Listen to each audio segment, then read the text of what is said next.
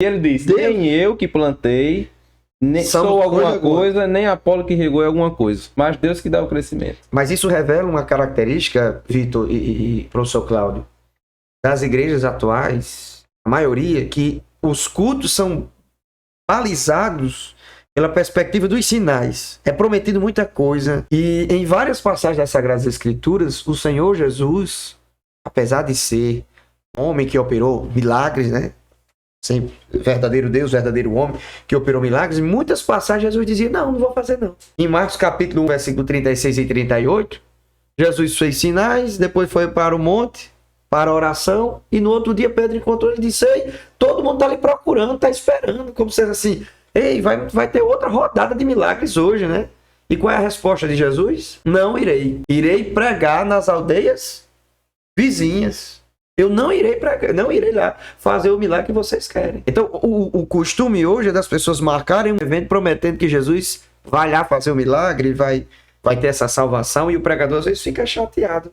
Na verdade, Cristo está mais presente na perspectiva do ensino. Quando você entende, já é um milagre que é o Espírito Santo que está fazendo, e os sinais vão seguir. A igreja não precisa correr atrás, né? João 6,30 também vai falar sobre isso, que as pessoas instigavam a Jesus a multiplicar de novo o pão. E aí?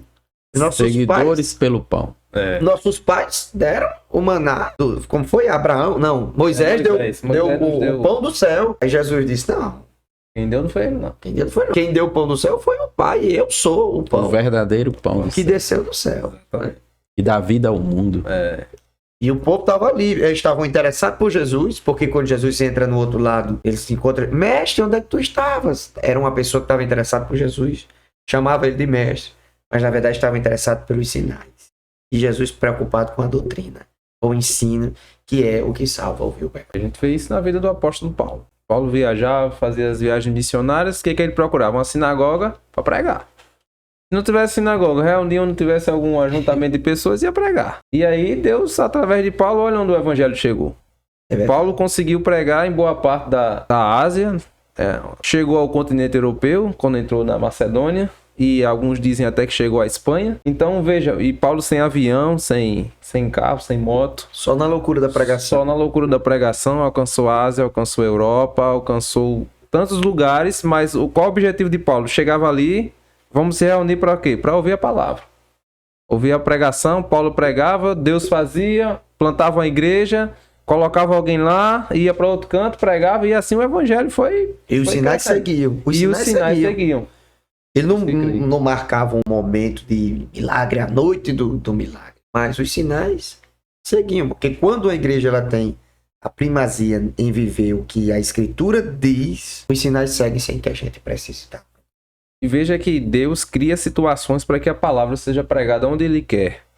Porque quando Paulo é preso, Deus dá a oportunidade a Paulo de pregar para toda a guarda pretoriana, que era a guarda do imperador. Paulo jamais teria condições de pregar para aquele povo se não estivesse preso. Mas Paulo passou um tempo preso ali em Roma, na sua primeira prisão, e todos os dias tinha um guarda que estava com ele. E aquele guarda passava o dia ouvindo Paulo pregar. Todo dia tinha um, Paulo pregava.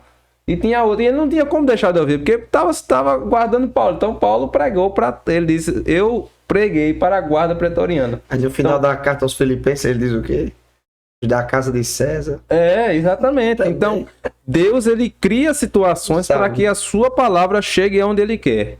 Então se Paulo estivesse livre, talvez Paulo não alcançasse aquelas pessoas. Mas Deus permitiu que Paulo fosse preso para que toda aquela guarda, todas aquelas pessoas que estavam ali no palácio ou faziam parte da corte, ouvissem a pregação do evangelho. Amém. Amém, queridos. Amém.